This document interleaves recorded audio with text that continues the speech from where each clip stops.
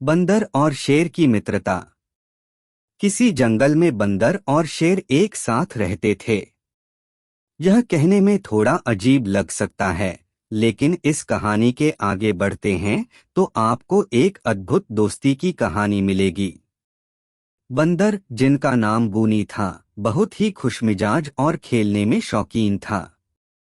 वह अकेला रहकर जंगल के हर कोने में घूमकर मस्ती करता था। वह बहुत ही चतुर था और हमेशा नए तरीकों से अपने खेल को मजेदार बनाता रहता था।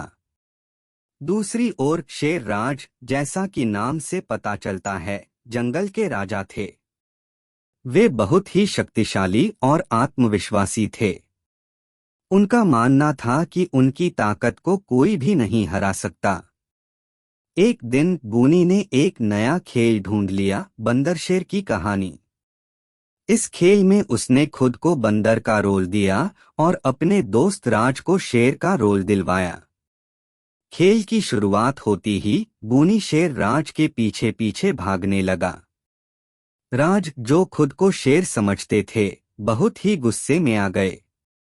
वे बूनी को पकड़ने के लिए दौड़ने लगे, लेकिन बूनी कभी भी उनसे पकड़ने नहीं देता।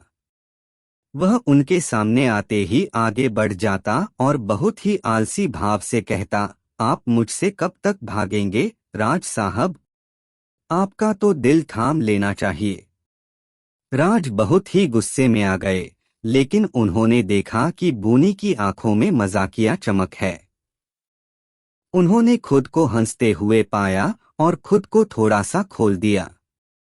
वे बूनी के खेल की मास्टरमाइंड और उसके मजाक की चाल में आ गए। राज ने बूनी से कहा, बूनी, तुमने मुझे हंसा दिया। मैं तो सोच रहा था कि मैं तुम्हें पकड़ लूंगा, लेकिन तुमने मेरी ताकत का मजाक उड़ा दिया। बूनी हंसते हुए बोला, राज साहब, हम खेलने में ज्यादा मजाकर और मित्र बन सकते हैं। हमें दिखाना चाहिए कि शक्ति के साथ साथ हास्य भी बहुत महत्वपूर्ण है। राज ने सोचा और फिर हंसते हुए कहा, तुमने सही कहा बूनी।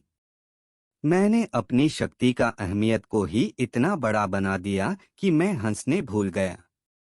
इसके बाद बंदर और शेर बहुत अच्छे दोस्त बन गए। वे आपस में मिलकर खेलने और हंसने का मजा लेते थे। उनकी दोस्ती जंगल में एक नई मित्रता की मिसाल बन गई। इस कहानी से हमें यह सीखने को मिलता है कि दोस्ती में भगवान की दी गई एक अद्वितीय खासियत होती है, जो शक्ति के साथ साथ मजाक और हंसी को भी समझती है।